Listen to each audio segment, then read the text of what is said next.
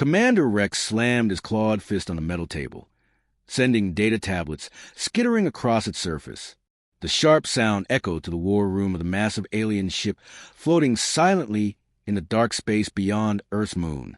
Around him, his elite squad of HFY warriors doubled over with laughter as holographic displays showed human cultural files spinning in the air like glowing butterflies. The ship's lights cast strange shadows on the walls as more and more human stories appeared on the screens. Rex's warriors had been studying these files for days, and each new discovery sent them into fresh fits of laughter. These weren't just any soldiers, either. These were the best fighters Hegemony had to offer, creatures who had conquered dozens of worlds and crushed entire civilizations. But right now, they were laughing like children at a comedy show. "Listen to this one," growled Sergeant Kane, his voice thick with amusement as he pointed at a glowing screen. "A human named David kills a giant with a stone and a sling. A stone, and they call it history."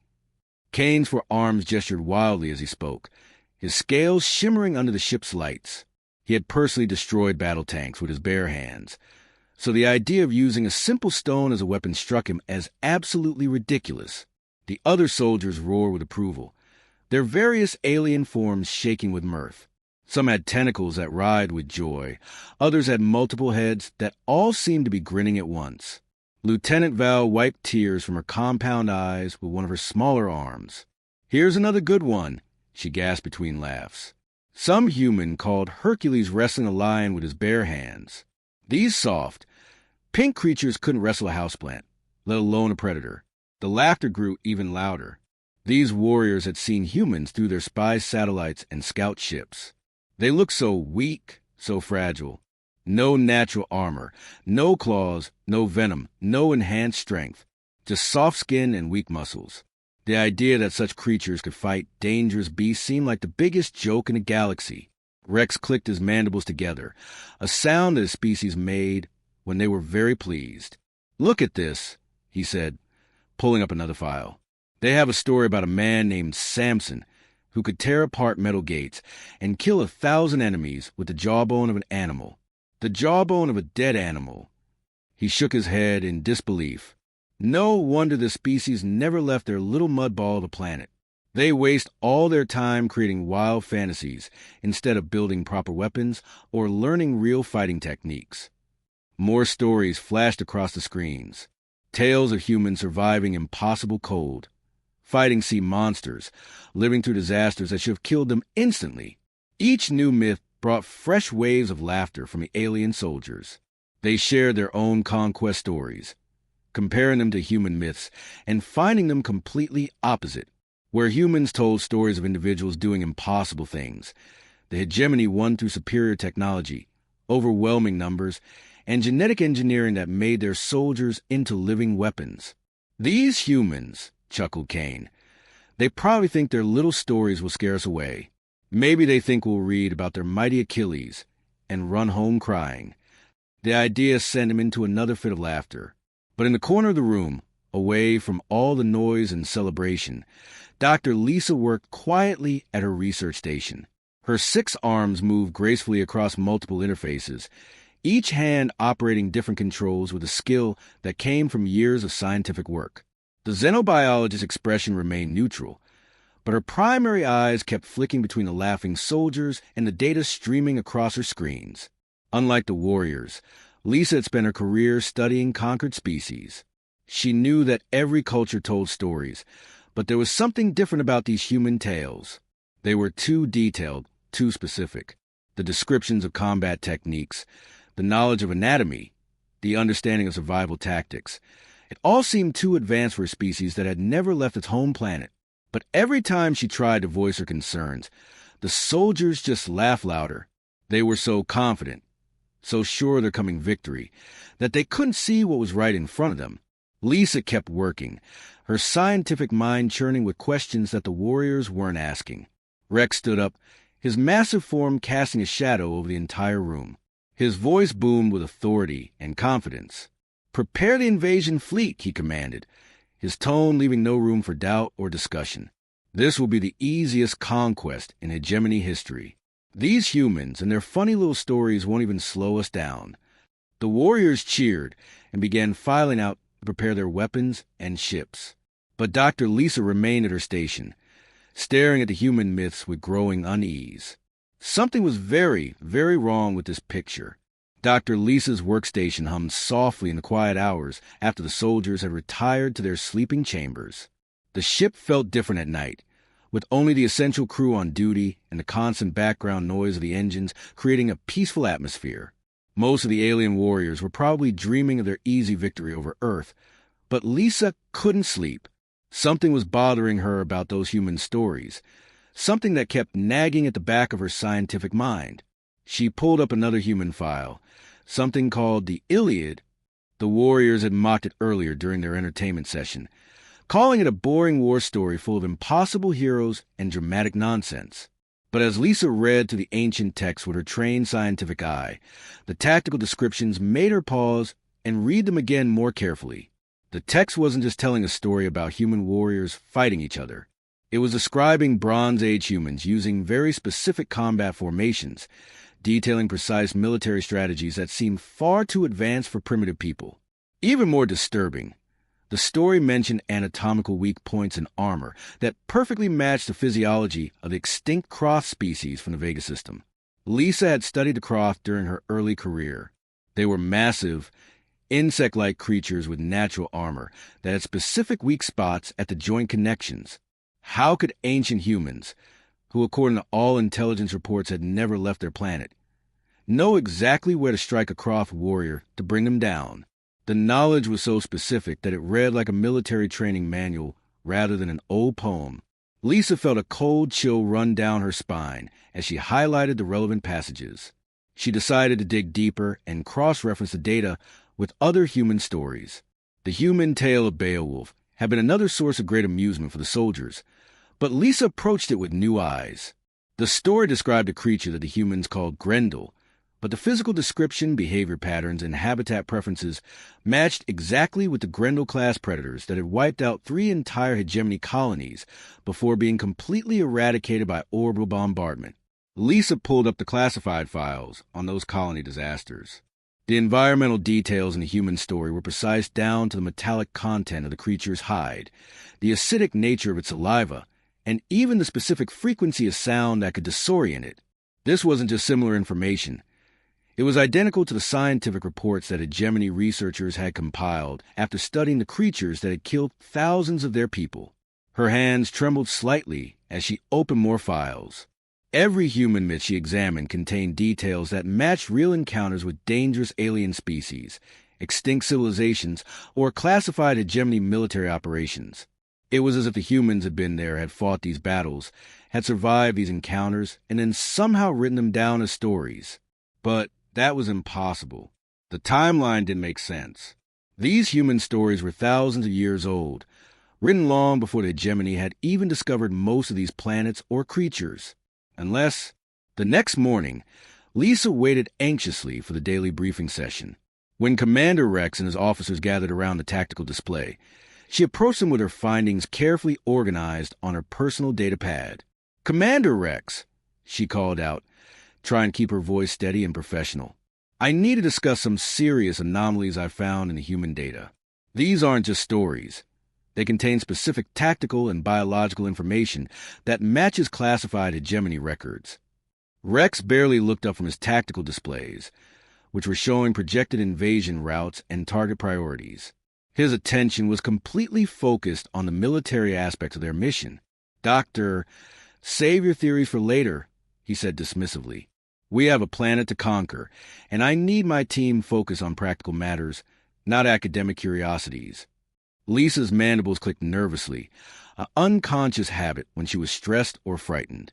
"But sir, these myths contain information that suggests the humans have encountered species and situations that they shouldn't know about. The details are too accurate to be coincidence." "Myths are myths." Rex cut her off with an annoyed wave of his clawed hand. "They're just stories that primitive people tell to make themselves feel brave. Focus on finding their weaknesses and military capabilities, not their bedtime stories." The other officers chuckled at Rex's dismissal, clearly agreeing with their commander's practical approach. They had invasions to plan and weapons to prepare. They didn't have time for scientific theories about old human stories. As the soldiers resumed their invasion planning, discussing troop movements and bombardment strategies, Lisa quietly slipped away from the group. If Rex wouldn't listen to her concerns through normal channels, she would have to find the answers herself. She made her way back to her research station and began accessing the Hegemony's classified historical archives, using her scientific credentials to dig into files that most people never saw. She had questions that needed answers, and she was beginning to suspect that those answers might change everything about their planned invasion. The human myths weren't just entertainment. They were something much more dangerous and mysterious than anyone realized. The data that appeared on Lisa's screens made her blood run cold. She had been working through the night, cross-referencing human myths with the Hegemony's most classified files, and what she was finding defied everything she thought she knew about the universe. Her 6 hands moved frantically across multiple keyboards as she pulled up more and more evidence that shouldn't exist. The human legend of Perseus and Medusa had always seemed like a simple fairy tale to the alien soldiers. They had laughed about a hero killing a snake-haired monster by looking at a reflection in a shield. But Lisa was staring at surveillance footage from Proxima 7, recorded just before the Hegemony had completely destroyed the planet with nuclear fire. The creatures in the footage were identical to the Medusa described in the human story. The crystalline hunters of Proxima 7 had been so dangerous that the entire Hegemony fleet had voted to glass the planet rather than face them in combat.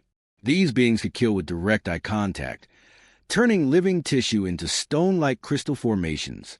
They were nearly invincible, protected by natural armor that could deflect most energy weapons. The Hegemony had lost 3 entire battle groups before deciding that the planet was too dangerous to exist. Yet here was this ancient human story, thousands of years old, describing exactly how to kill such a creature. Perseus had used a reflective shield to avoid direct eye contact and struck at the creature's neck where the armor was weakest. Lisa checked the classified Hegemony combat manuals that had been written after studying the crystalline hunters. The recommended tactics were identical to what the human story described, but that was impossible. Humans had never been to Proxima 7. The planet had been discovered and destroyed centuries before humans had even developed basic spaceflight. So how could an ancient human story contain the exact same tactical information that had cost the Hegemony thousands of lives to learn? Lisa's scientific training kicked in, and she decided to approach this mystery from a different angle. If human stories really did contain information about alien encounters, then Earth itself should show evidence of those encounters. She pulled up geological scans of Earth, her 6 hands working frantically across the multiple interfaces. What she found made her stumble backward from her workstation in shock. Earth's crust showed impact patterns that were consistent with orbital bombardment from advanced weapons. The scars were old, buried under millions of years of geological activity, but they were there. Someone had bombarded Earth from space using technology that matched Hegemony weaponry. Even more disturbing were metallic anomalies buried deep in Earth's crust. Her scanners detected metal compositions that suggested weapons technology far beyond anything that current humans could create. Lisa ran the data through the ship's advanced analysis systems, and the results made her hands shake. The metal alloys were identical to materials used in Hegemony battle steel, the strongest armor plating in known space. She ran carbon dating analysis on the buried artifacts. The results appeared on her screen in glowing numbers that seemed to burn themselves into her vision. The artifacts were roughly the same age as humanity's oldest myths and legends, but that dating preceded the Hegemony's first contact with Earth by thousands upon thousands of years. Impossible, she whispered to herself in the empty research bay, then immediately ran the analysis again. Maybe her equipment was malfunctioning. Maybe she had made an error in her calculations. But the second scan showed the same results, and the third scan confirmed them again. The metal composition matched the Hegemony battle steel perfectly, but the dating showed that these artifacts had been buried on Earth long before the Hegemony had even existed as a civilization. Someone had been using advanced spacefaring technology on Earth when the Hegemony's own ancestors were still primitive creatures crawling in the mud of their home worlds. Lisa's research led her deeper into human mythology, and each new discovery made the picture clearer and more terrifying.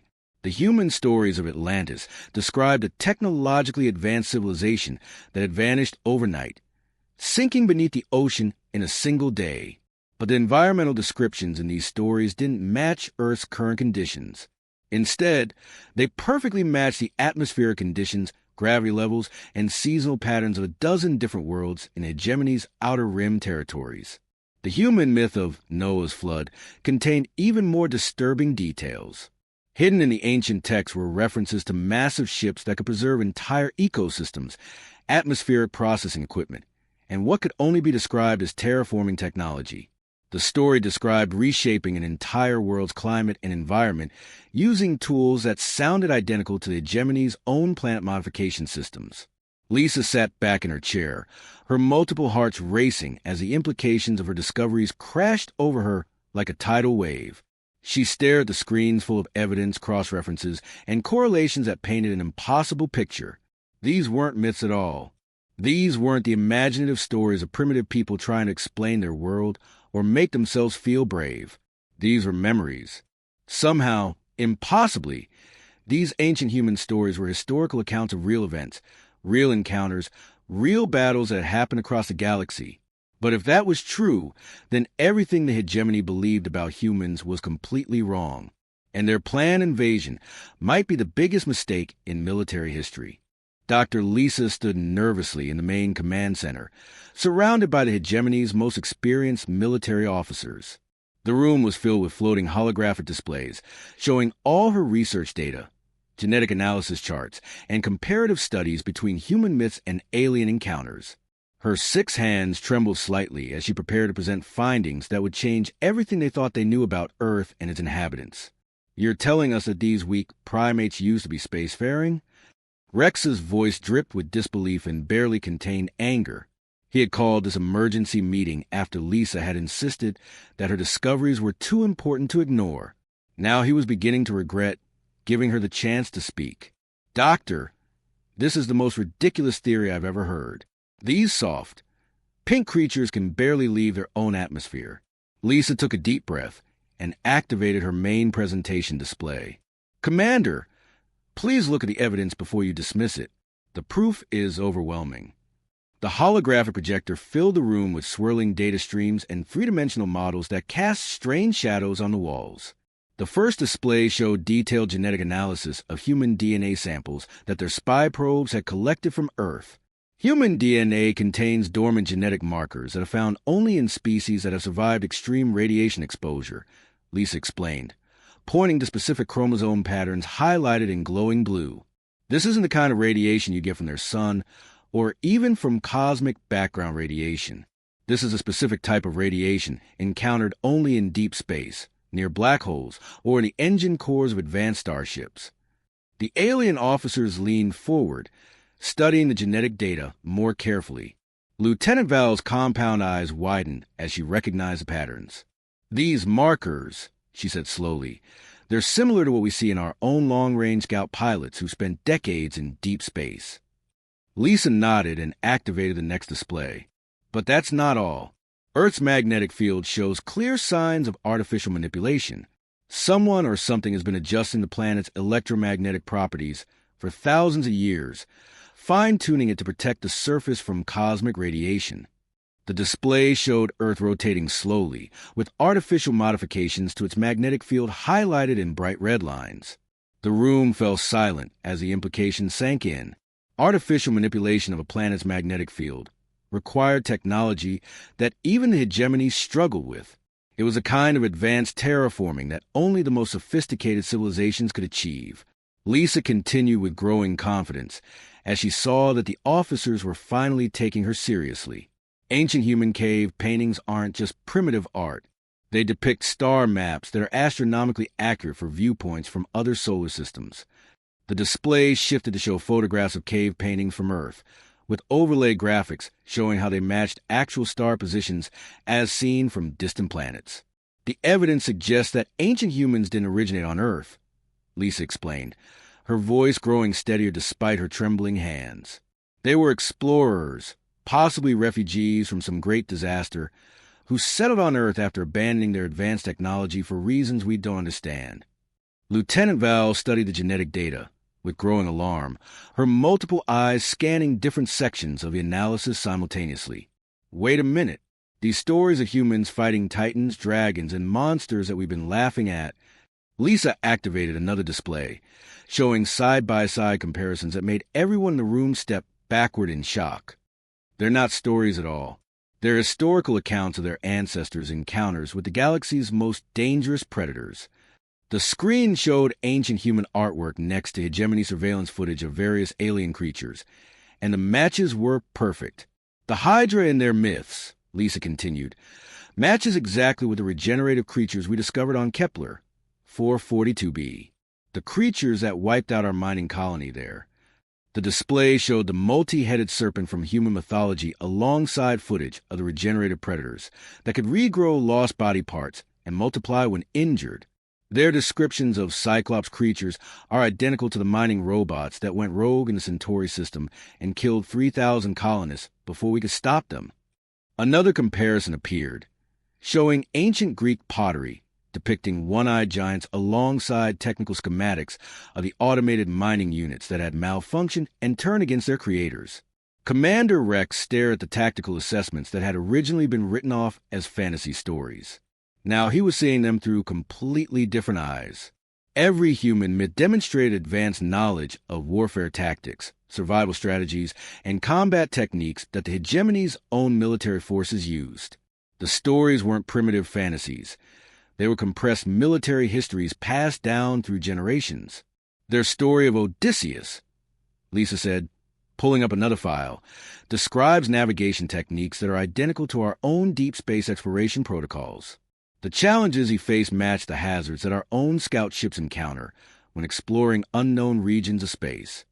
The room was completely silent now, except for the humming of the ship's engines.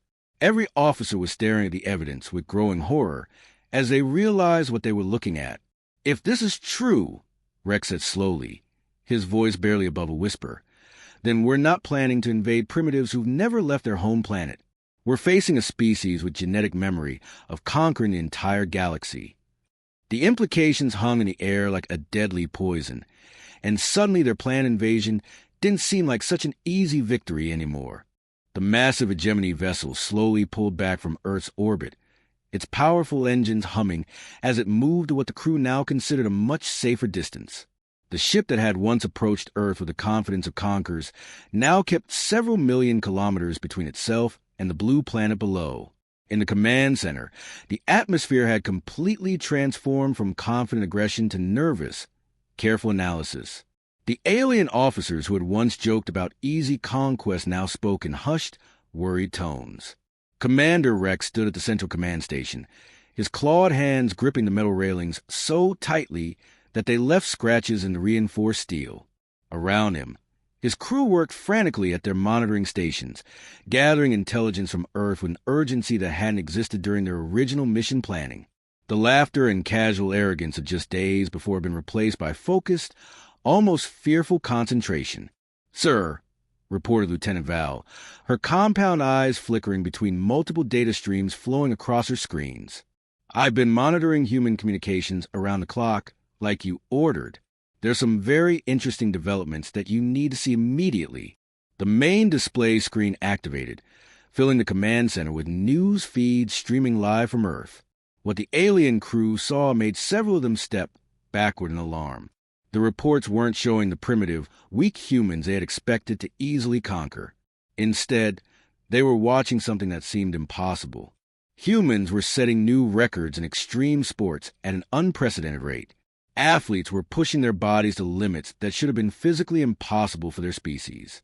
Mountain climbers were surviving in conditions that would kill most hegemony species within minutes. Free divers were holding their breath for lengths of time that defied medical understanding. Endurance runners were covering distances that their physiology shouldn't have allowed. But even more disturbing were the archaeological discoveries. Ancient technologies were being unearthed from dig sites around the world at an alarming rate.